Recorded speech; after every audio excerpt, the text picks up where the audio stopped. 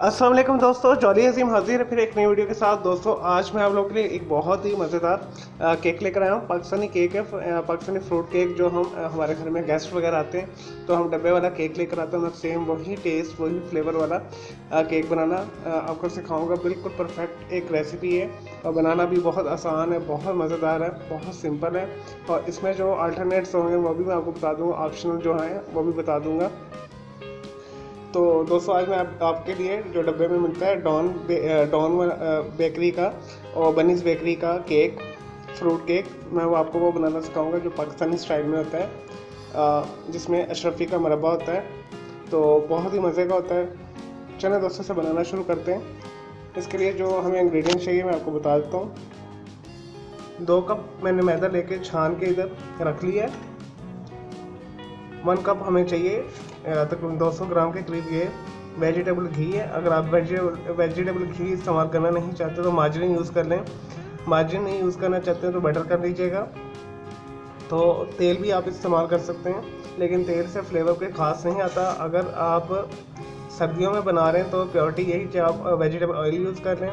और अगर गर्मियों में बना रहे हैं तो क्योंकि रूम टेम्परेचर के ऊपर वेजिटेबल जो घी है वो थोड़ा मेल्टेड होता है, जैसे ये मैंने दिया हुआ है, ये मेल्ट हुआ हुआ है तकरीबन। और 1 कप हमें चाहिए चीनी। 3 अंडे मैंने तोड़ के रखे हुए हैं। हमेशा दोस्तों एक एक अंडा आप तोड़ के चेक कर लें।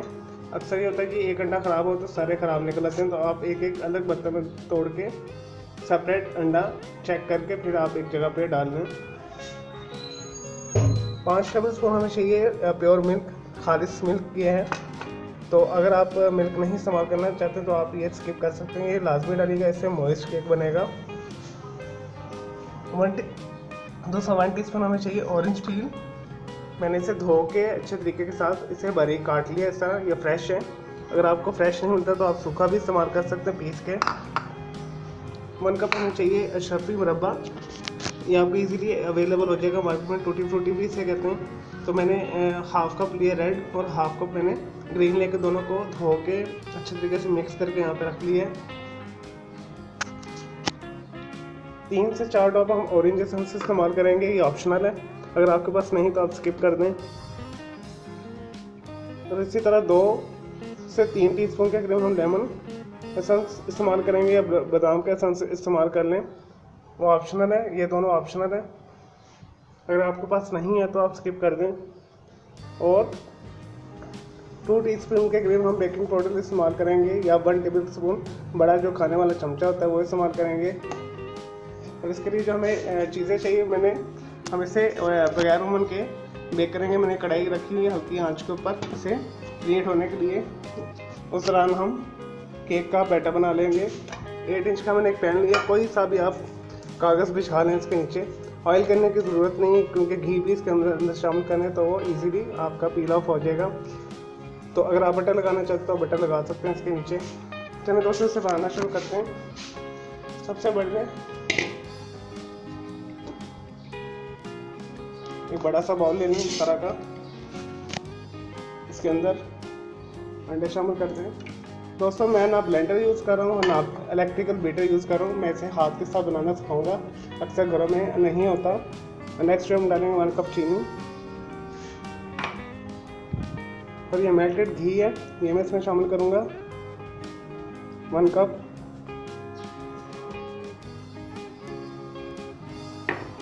तो अच्छे तरीके के साथ इसमें मिक्स करूँगा 5 टेबल स्पून दूध के साथ।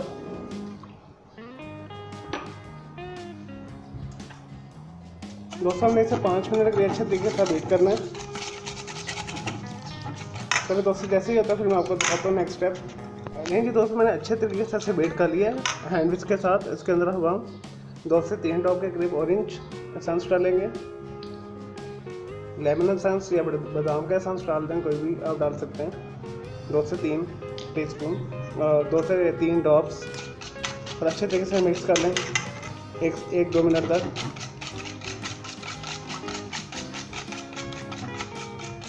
दोस्तों ये हो गया। अब इसके अंदर आप ये ऑरेंज पील डाल दें।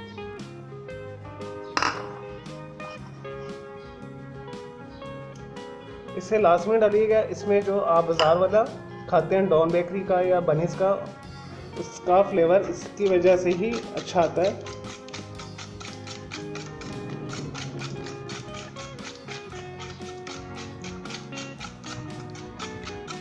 चलिए दोस्तों, ये भी हो गया। अब हम इसके अंदर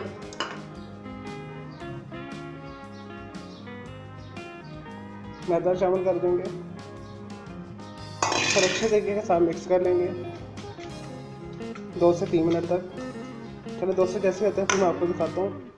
चलिए दोस्तों, एसेंसेस और ऑरेंज फ्रूट डालने के बाद मैंने 2 से 3 मिनट तक फिर बीट किया अच्छे तरीके के साथ हाथ के साथ। उसके बाद हम इसके अंदर 1 टेबल स्पून भर के बेकिंग पाउडर डालेंगे।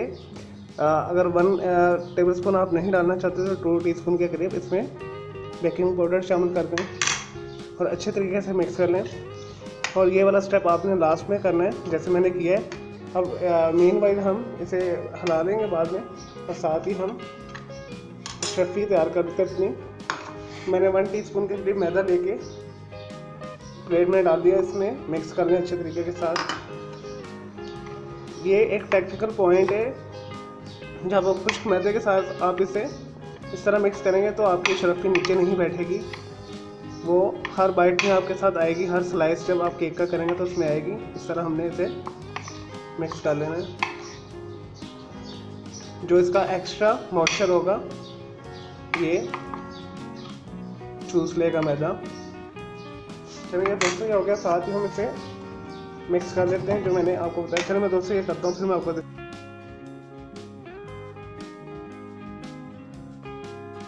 हूँ।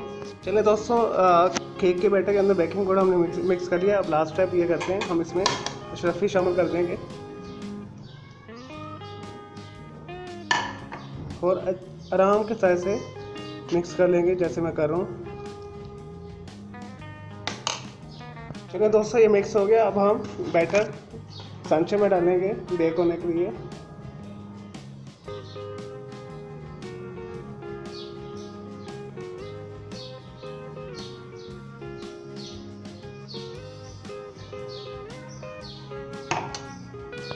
नहीं दोस्तों, मैंने सांचे में बैटर डाल दिया। इसे हल्का सा टैप कर दें इस तरह और मीडियम हीट कर दें। और हमने अब इसे बगैर ओवन के मैं बना रहा हूँ कढ़ाई के अंदर, इसे हम 40 से 45 मिनट तक बेक करेंगे। नमक मैंने पिछाया हुआ 40 स्टैंड रखा हुआ है, इसके दरम्यान में बहुत एहतियात के साथ आप रखते हैं। चलो दोस्तों, से 40 मिनट बाद देखते हैं। इसमें हम निडल डालेंगे, स्कीयर डालेंगे और फिर चेक करेंगे। अगर खुशक आया तो ये हमारा हो चुका होगा। चलिए 45 मिनट बाद देखते हैं, इसे 40 से 45 मिनट बाद। नहीं जी दोस्तों, केक चेक करते हैं। तकरीबन 45 मिनट हो चुके हैं। देखिए केक कितना अच्छा ब्राउन हो चुका है। देखिए अब एक स्क्यूअर लेंगे इस तरह का, टूथपिक जिसे कहते हैं। देखिए दोस्तों, बिल्कुल नीट एंड क्लीन आ रहा है इसमें कि केक हो चुका है। देखिए बिल्कुल साफ आ रहा है। अब हम आंच बंद कर देंगे और इसे केक को निकाल लेंगे। तो जैसे ये ठंडा होता है फिर मैं आपको दिखाता हूँ। चलिए दोस्तों, इसे ठंडा करते हैं फिर मैं आपको दिखाता हूँ। इसी के साथ ढक दें इसे, और ढक के रखने का मकसद ये है कि इसके अंदर जो मॉइस्चर है वो इसी के अंदर रहेगा, केक हमारा सॉफ्ट रहेगा। चलिए दोस्तों, जैसे ये फुल ठंडा होता है फिर इसके पीसेस करके मैं आपको दिखाता हूँ। नहीं जी दोस्तों, हमारा केक अच्छे तरीके से ठंडा हो चुका है। अब इसे हम इसमें से निकालते हैं, इसे स्लाइसेस करते हैं। एक नाइफ़ ले लें इस तरह का, दंदाने वाली लीजिएगा। इससे अगर आपने कोई ब्रेड का स्लाइस काटना है या केक काटना है तो ये बेस्ट होती है छुरी। ये बहुत ध्यान के साथ इसे साइडों से इस तरह कर लें। नीचे हमने पेपर लगाया तो इजीली ये बाहर आ जाएगा।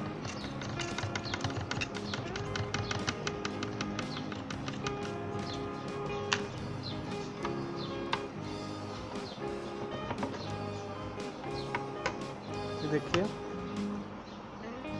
कितना परफेक्ट बना है केक, बिल्कुल सॉफ्ट नरम है। और इसका आप पेपर उतार लें बड़े प्यार के साथ, आराम के साथ इस तरह।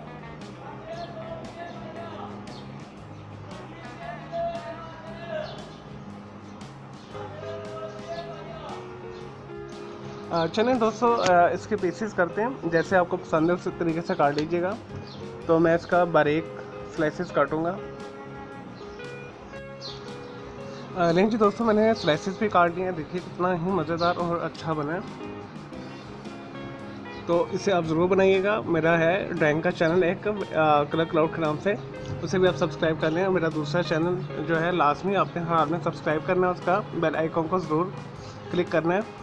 और मैं उम्मीद करता हूँ आपको मेरी ये वीडियो रेसिपी पसंद आई होगी। मेरे इस वीडियो को लाइक करें, कमेंट्स करें और शेयर कीजिएगा। मेरा दूसरा चैनल जो ग्राफिक्स एंड आर्ट्स का, मैं बार बार आपको कह रहा हूँ, उसे आपने ज़रूर सब्सक्राइब करना है, दोस्तों के साथ शेयर भी करना है और अपने बच्चों के साथ भी वो शेयर करना है।